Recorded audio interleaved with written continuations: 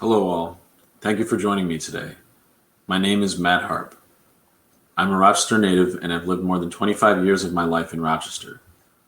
I am an enterprise architect with paychecks, as well as an author, an investor, and a serial entrepreneur. I have worked within several large companies in the area and also within companies with only 2 employees. I have had a dynamic and unusual path through life. The path to today has changed so much in the last few weeks. For me, for you, for us all. We won't be able to fully plan the next step. We have wounded churches, wounded schools, wounded hospitals, wounded communities, wounded families, wounded people, and a wounded pride. We also have justified anger and righteous indignation. But we also have servant leaders. I saw Mayor Lovely Warren speak over the weekend. Mayor Warren's speech is an example of servant leadership. She is speaking in a disturbed and chaotic environment while holding herself up as a failure-tolerant individual. In that moment, with wind crumpling her paper and trying to make eye contact with her audience, Mayor Lovely Warren is serving and leading in a way that few can. Servant leadership is difficult. I was not present in a moment of crisis the way Lovely Warren was. I don't have the same personal or professional challenges as Mayor Warren. But like Lovely Warren, I care deeply about Rochester, despite not being able to see the whole picture. I don't claim perfect words. I'm sure much of what I will say here could be said better. I'm sitting in a protected room in front of a computer screen, and it's still a very difficult task.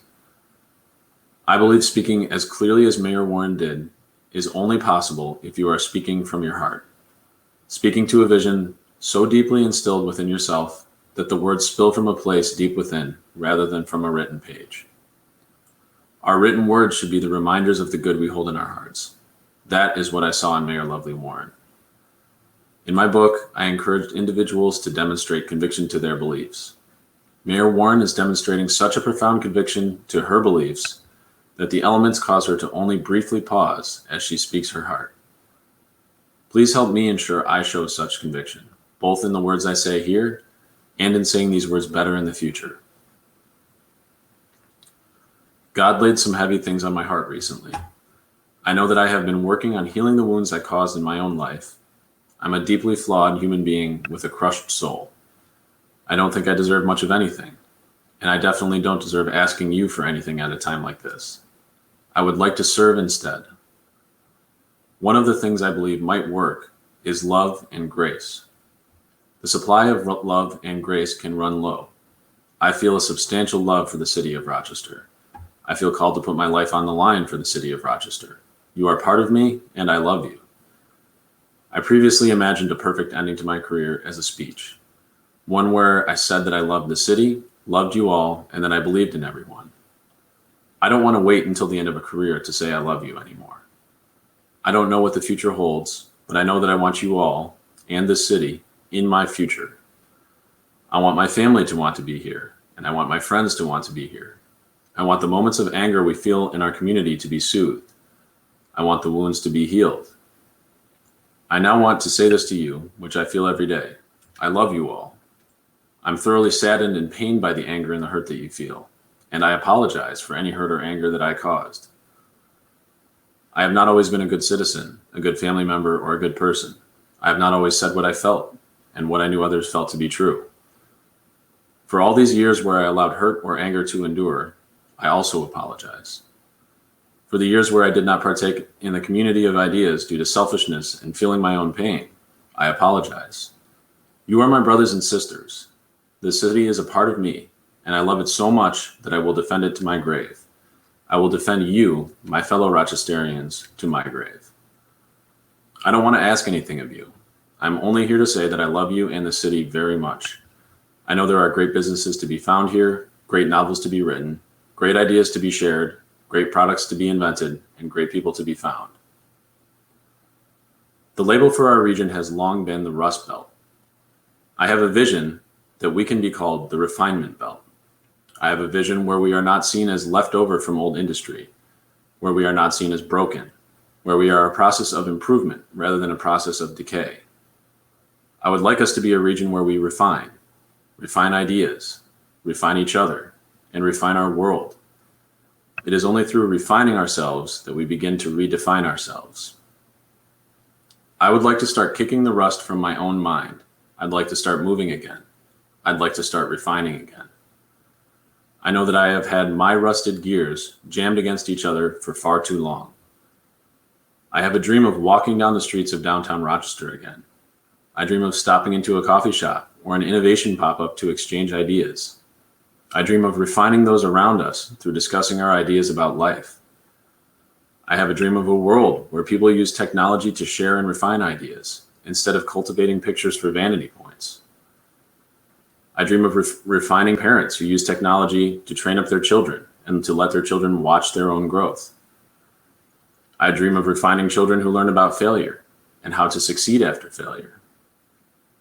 I dream of refining competent individuals who can stabilize the world through the use of their mind.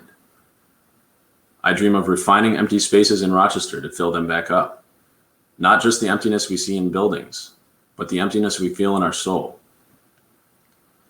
I dream of Rochester reconnecting with other cities in the refinement belt, of brotherhood.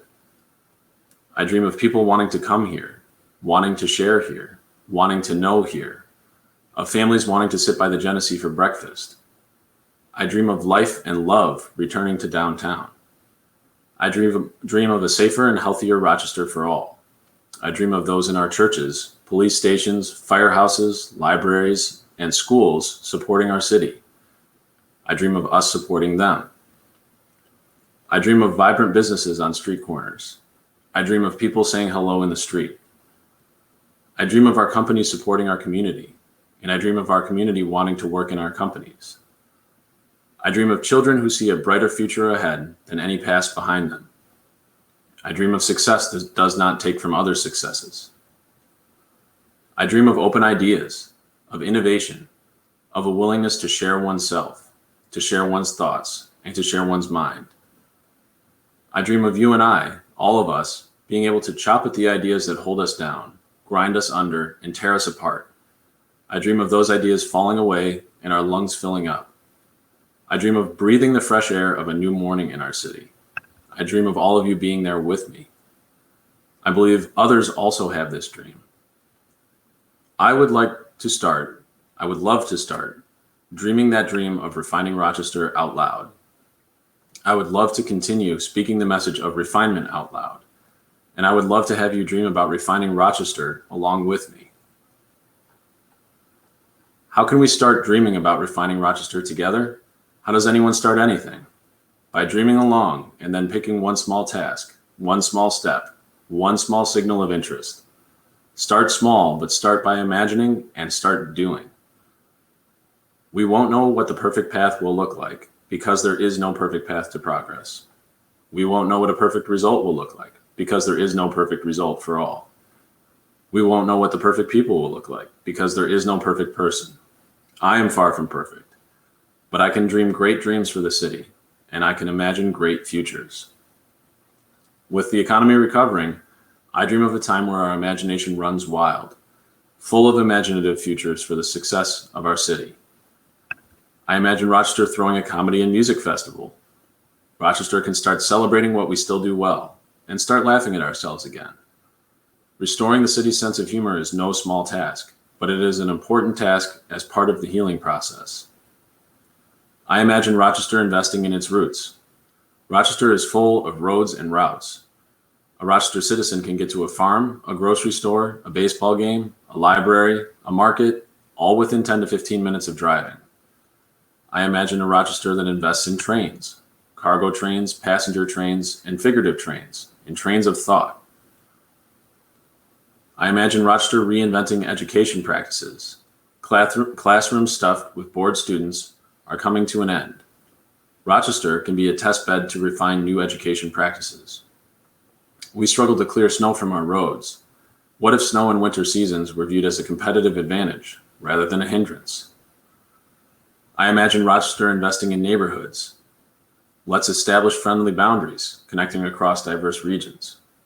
Let's bury power lines. Let's identify our routes and notice how connected our routes are.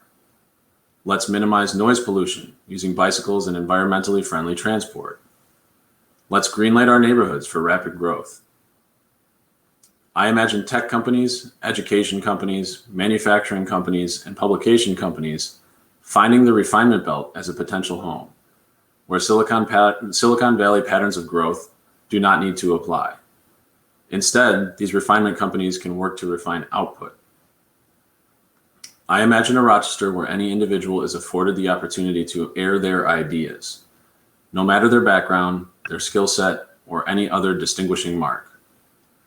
I imagine a Rochester focused on a free-flowing river of ideas, from the Genesee River to Lake Ontario. I take action on this practice of dreaming and imagination. I form companies here, I register them here, and I would like to keep them here, because I would like to live here. I know that others are looking to do the same. I love the city of Rochester, warts and all, as Eddie Johnson said during a recent Chicago Police Department episode of Divisive Action. I have always loved Rochester. I've met those who people label as successful businessmen and businesswomen, those labeled as criminals, those labeled as workers or employees, those who are emerging from educational institutions, those emerging from mental institutions. There is a dream of great success embedded in the people of Rochester. I'd like to start dreaming that dream out loud. I'd like to start imagining the future of Rochester, and I'd love for you to join me. How can you join me? Start identifying when we are refining Rochester. Simple efforts like a hashtag refining Rochester or hashtag refining rock. Engage in rapid refinement groups like Innovation Pop-Ups and the Underground Entrepreneur Network. Use emerging rapid refinement technology like Tekkiner, spelled Tekkiner. Speak candidly and openly about your ideas. Stop hiding ideas behind the worried doors of uncertainty, protectionism, self-doubt, and skepticism. Practice rapid refinement in your own life, with your own family. Refine each other each and every day. Start rapidly refining Rochester in every moment of every day, at every restaurant you visit, in every conversation you hold. I love Rochester, and I love you all. I hope and pray that you all love this city too. I hope and pray that you all imagine a wave of refinement along with me. Thank you.